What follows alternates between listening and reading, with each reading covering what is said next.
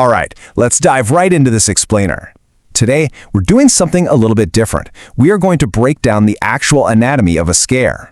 Now, we talk a lot about cinematic videos on this channel, right? We analyze how directors carefully construct pacing and use camera angles to build unbearable suspense. But you know what's really wild? Sometimes real life delivers a perfectly paced, chilling narrative all on its own, completely unscripted. We are going to look at a true Christmas horror story today, and I want us to analyze exactly how a totally normal evening can twist into an absolute nightmare. Pay close attention to the pacing here, guys, because honestly, this story unfolds like an absolute masterclass in cinematic suspense. He sees you when you're sleeping, he knows when you're awake, he knows if you've been bad or good, so be bad for badness' sake. Pretty creepy, right? It's a complete, eerie inversion of that classic, cheerful Christmas carol we've all heard a million times. And it honestly perfectly sets the stage for the deeply unsettling story we're about to unpack. Setting the scene with Section 1, A Quiet Christmas Eve. Okay, so like literally all great suspense narratives, this one starts with a baseline of total, boring normality. The setting is cozy, familiar, and totally safe. It's the night before Christmas. We have a father, let's call him Alex, who just put his 4-year-old daughter to bed upstairs. Around 11 p.m., he heads downstairs to the sitting room to just kick back and watch a movie. So he's totally alone on the ground floor. It's snowing outside, it's late, and he is completely isolated in his own home. Classic horror setup. He gets about halfway through his movie when the first anomaly hits.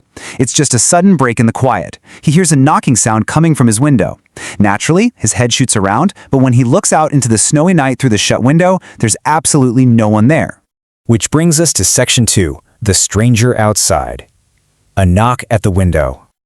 At first, Alex assumes what any of us would assume, right? It's just some neighborhood pranksters. So, step 1, feeling a bit annoyed, he just shuts his blinds to send a really clear message that he isn't interested in engaging with whoever's messing around outside. Step 2, enough time passes that he actually manages to brush it off and gets fully reabsorbed into his movie. But then comes another steady, deliberate set of knocks. And this is where that annoyance shifts into a really deep unease. Because he starts thinking, why would kids be out playing pranks in the freezing snow this late at night? And that little bit of logic leads him to step 3. Thinking there's a slim chance someone actually needs help out in the cold, he lifts the blinds and pulls the window open just a tiny crack. Moving on to Section 3, A Foolish Mistake. Opening the window. The second that window opens, the sheer desperation in the stranger's voice hits him. The man immediately starts begging, "Hey, let me in, let me in." When Alex tells him to go away, the guy just doubles down and pleads, "Let me in, I'm cold, let me sit by the warm fire. You know, it's so cold out here, I have nothing, please let me in." Then he starts completely fixating on the interior of the house. He says, "Look at that beautiful, warm, cozy fire. Let me rest on your sofa for one night. It's Christmas, I'm begging you, mister." Guys, it is incredibly unsettling. The man outside isn't just saying he's cold, he is bizarrely fixated on getting into Alex's specific living room. So the absolutely crucial point here is how Alex handles this. He responds sharply and firmly, basically saying, "Look, man, I'm not going to let you in. Go away, or I'm going to call the cops." It's really the only logical response you can have to such a bizarre and threatening late-night encounter. And amazingly, it seems to work. As soon as Alex issues that threat of calling the police, he literally hears the man turn and run away in the snow.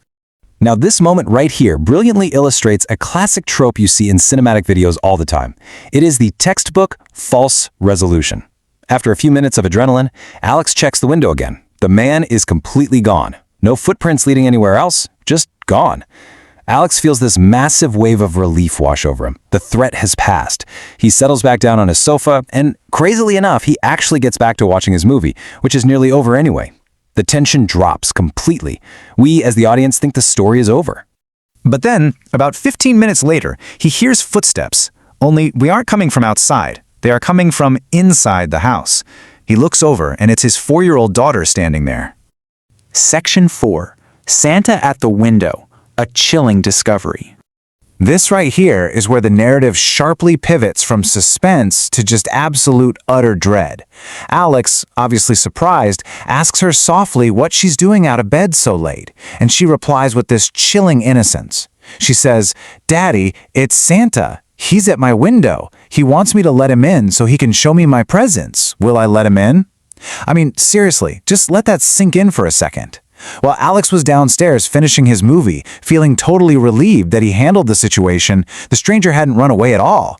He had climbed up the outside of the house, to the second story, found the little girl's bedroom window, and used the magic of Christmas to try and trick a 4-year-old toddler into unlocking the glass for him. Which brings us to Section 5, the chilling aftermath. An empty window. So Alex obviously breaks into a frantic, absolute sprint up the stairs to his daughter's room. But when he gets there, the window's empty. The man is already gone. Alex later said this was hands down the most horrifying experience of his entire life. He literally dragged a blanket in and slept on the floor in his daughter's room for the rest of the night.